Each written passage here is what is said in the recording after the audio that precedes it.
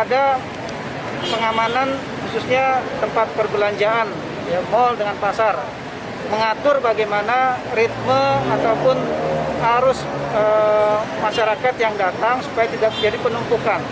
Makanya dibuat sistem dengan berapa jumlah maksimal yang ada di dalam yang disesuaikan antara yang keluar dan masuk masyarakat yang berbelanja.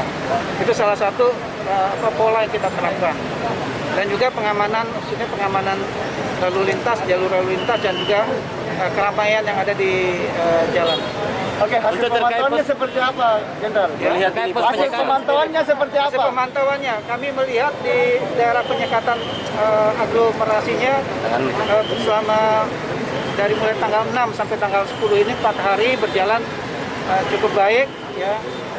Di 2 tempat sampai saat ini baik di Pangkep maupun di Maros kurang lebih hampir 250 kendaraan yang kita putar balikan karena tidak sesuai dengan ketentuan yang mereka akan pergerakan kendaraan yang arah mudik baik dari maupun ke luar daerah. Tapi tanggal 9 kemarin ada 2 pemudik yang ngaku lolos. Ya.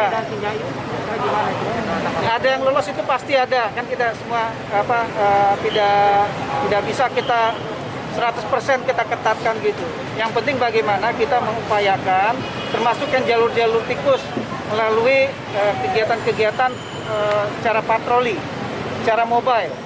Jadi selain ada pos statis juga ada pos mobilenya yang berjalan.